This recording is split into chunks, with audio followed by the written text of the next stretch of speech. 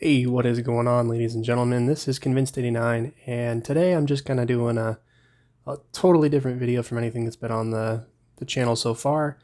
This has nothing to do with cars. This has nothing to do with something to do with guns, kind of, I guess, if you take this for example. But basically, my purpose here is just to make a video about my new gaming setup. So for some of you who might have recently gotten into computers or decided you're interested in building a computer, or you think you might be, this might be for you.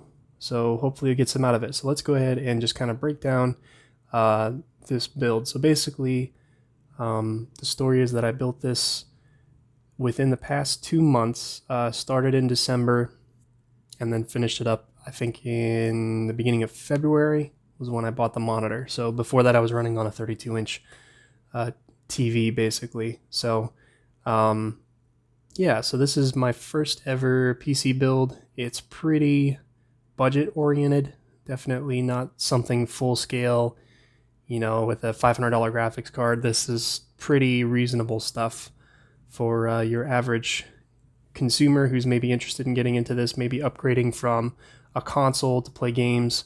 You might notice that just sitting here on the home screen, it does show your character, so it gives you sort of an idea of what kind of frames you'll get. In fact, in a lot of maps I get better than that, but 94, 95 on, I think I'm actually on high settings, not the highest, not like ultra or max, but when I get into the lob or the actual games, some of these I'm actually getting 130 plus on some of the smaller maps and stuff like that. Actually, some of the big ones, for some reason, I get higher frames. So anyways, I'm just going to go over basically what all components I've got here and share some of that with you guys. So let's get right into it.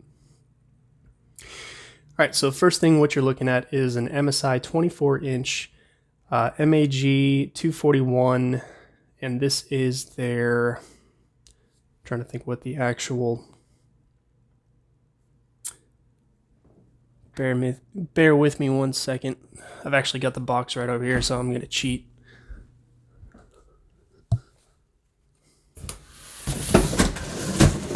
No big deal. All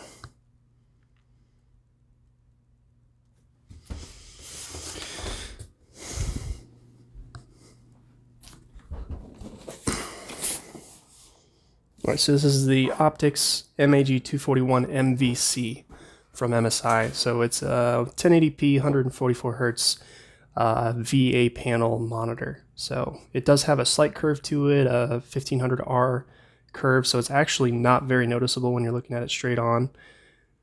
In fact, sitting on the shelf a couple of times I came back to look at it after I was interested in it, I couldn't find it because I forgot how subtle the curve is, which is nice for a monitor that's not very big. It's not gonna be something that's distracting necessarily if you want to do a lot of other types of, you know, maybe some productivity type of work on your computer, some, you know, drafting, writing documents, that kind of thing. It's not going to be something where I've heard people that don't like curved screens tend not to like them when they're doing that kind of productivity stuff. So I don't think it would be an issue with this just because of how shallow it is. It's really not at all an extreme curve.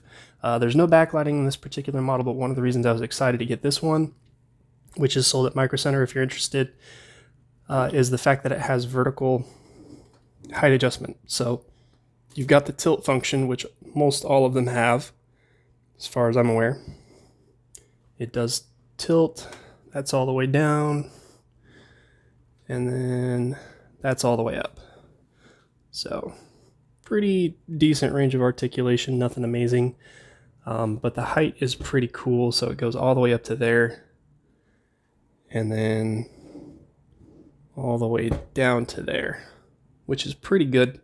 I also, one of the things I really like about this particular one is that the branding is minimal. They've got the MSI logo here, but it's actually kind of just some gloss on top of the matte black finish on the front here. So it's really low key. You don't have bright flashy red or you know, gamer type colors everywhere. So I thought that was pretty nice. And it also matches pretty well with what I've got going here on the tower. And we'll get to that in a second. My keyboard here, I'll have to explain myself because this is wireless and it's not anything super fancy, other than it does have Corsair's forget what they call it. They're kind of enhanced wireless technology, so it's supposed to be pretty high speed connection and stuff. It is RGB, so you get all the fun colors if you want. You can do all these different styles here. I just prefer the solid colors. I like having the option to change the colors though if I want to. That's kind of my main reason for having it. But it is wireless. It's got volume functionality up here, and then your G keys over here for macros if you're into that. I haven't figured out how to do that yet. So like I say, first PC, just kind of figuring everything out right now. One of the biggest downfalls of this one, other than being wireless, is the fact that these are membrane keys. They're not the mechanical keys, which is probably a deal breaker for a lot of people. Being my first computer, it's just the fact that I don't know what I'm missing is kind of the reason that I'm not really upset about it. I will say that the main reason that I decided to go wireless was because when I originally spec'd out this build, I was actually planning on running it from my TV in the living room. I wasn't planning on buying a monitor right away. I thought it would be some time down the road before I did that. So this was just kind of supposed to hold me over, and I figured I'd probably need to, you know, go wireless so that I could sit on the couch, that kind of thing, and run on the TV. The mouse, though, I bought more recently, and I went with something wired because I figured out that I was actually going to go ahead and just build a cheap IKEA desk. This was about $75, $80 to build. It's got adjustable legs and just a basic black tabletop. It works really well for what I need it to do. It's just the right size. You can get like 4 or 5 different sizes, I think. If you want something a little deeper, they've got that, and I think there's one that's the same depth as this and a little bit wider. So definitely a lot of options out there for you. I will say this one, just with what I've got here and from me leaning on it for the past 3 months, there is a slight bow. Really not that bad at all, but just something to be aware of. If you're looking at getting one of these, I probably wouldn't go towards the wider one unless you're going to buy additional legs to kind of add some support in the middle, because I don't think these are really designed to hold a whole lot of weight. They're kind of meant to more just be like a general use desk, okay? They're not really necessarily thinking of the gamers who are putting, you know, 30 plus pounds of stuff up here. So just keep that in mind if you are interested in IKEA furniture. I know a lot of people, instead of getting the adjustable legs or the tube type legs, they actually get the drawers. And I think that's definitely a viable option if you want to have some heavier weight stuff on here. All right, so the next thing we're just going to talk about is the kind of the heart and soul of the build. So this is the NZXT H500 case. The main difference between this and the 510, for those who are interested, is just the fact that on the inputs here, you've got 2 USB 3.0 ports instead of one of these being a Type-C. They're both just the standard USB ports. So other than that, it's basically identical. The reason that I went with the 500 specifically, which are really hard to find, in fact, they might all be sold out by now, I had to buy this from Micro Center, who happened to have some that were still in stock. I think it was back in December.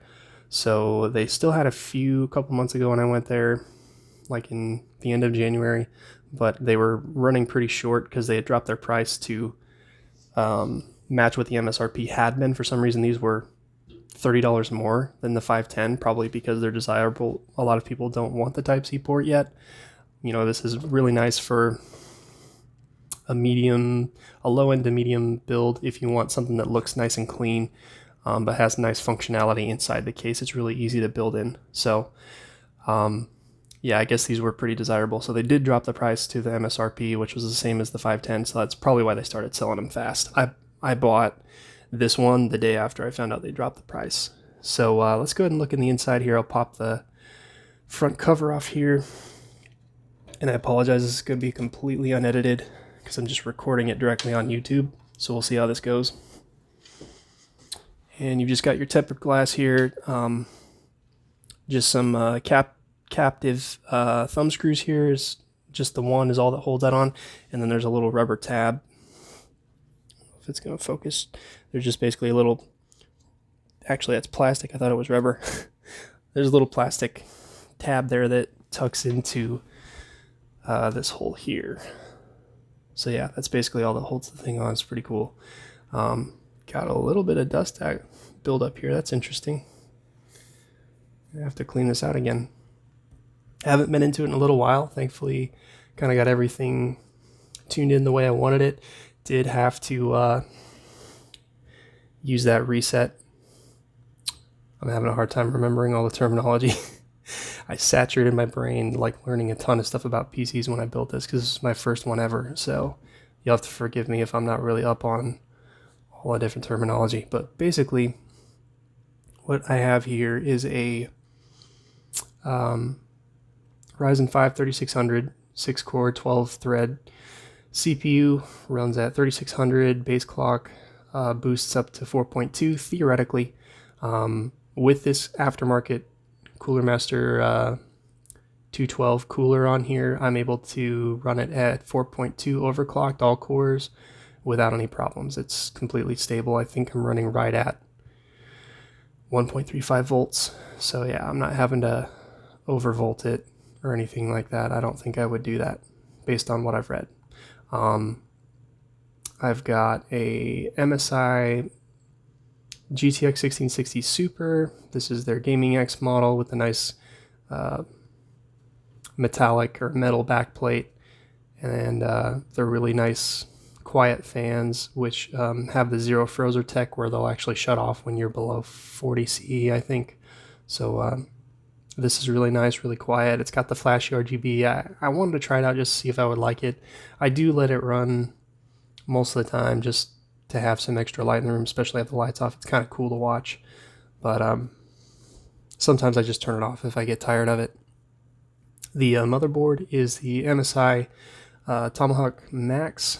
So the Max has basically got the BIOS updated for the 3000 series Ryzen processors, which is pretty nice. I didn't have to flash BIOS or anything to get it up and running. And then over here I have the G.Skill Ripjaws 5 DDR4 3200 2x8 kit, so it's 16 gig total. It is CL16, and I've tried tightening up my timings, and I'm not able to get it any better on this particular motherboard, so your mileage may vary. But mine is stuck basically at the standard CL16, which I'm okay with. It runs fine. And then my power supply, I can't really see under here, but it's the CX650M from Corsair, so 650 watts. Definitely plenty of overhead for this particular build. I'm running at least twice the recommended power, so if I ever want to upgrade this to like a 2070 equivalent down the road, it should be able to handle that kind of power. As for fans, I've got the two factory installed ones in the back, and then I added two just kind of cheapo, honestly don't even remember the brand. I think it's on there, but they're upside down. But I just wanted something to bring in some more air from the front so that it wasn't, with the negative pressure, I was trying to balance it out so it wouldn't suck air as much from all the cracks and crevices, which apparently isn't working very well. So anyways, yeah, that's pretty much it. Oh, and then the hard drive is a Team Group. It's their 512 gigabyte M.2. It's not an NVMe, it's just a plain old M.2. So nothing fancy really, but it does get the job done, and it's a lot quicker than a standard hard drive. And then the one thing that I haven't added to this build yet is an HDD, a hard drive, regular hard drive. I'm planning on getting a 2 terabyte, $50 drive from somewhere, and then we'll throw that in the, it'll go in the bottom here. So that's pretty much it, guys.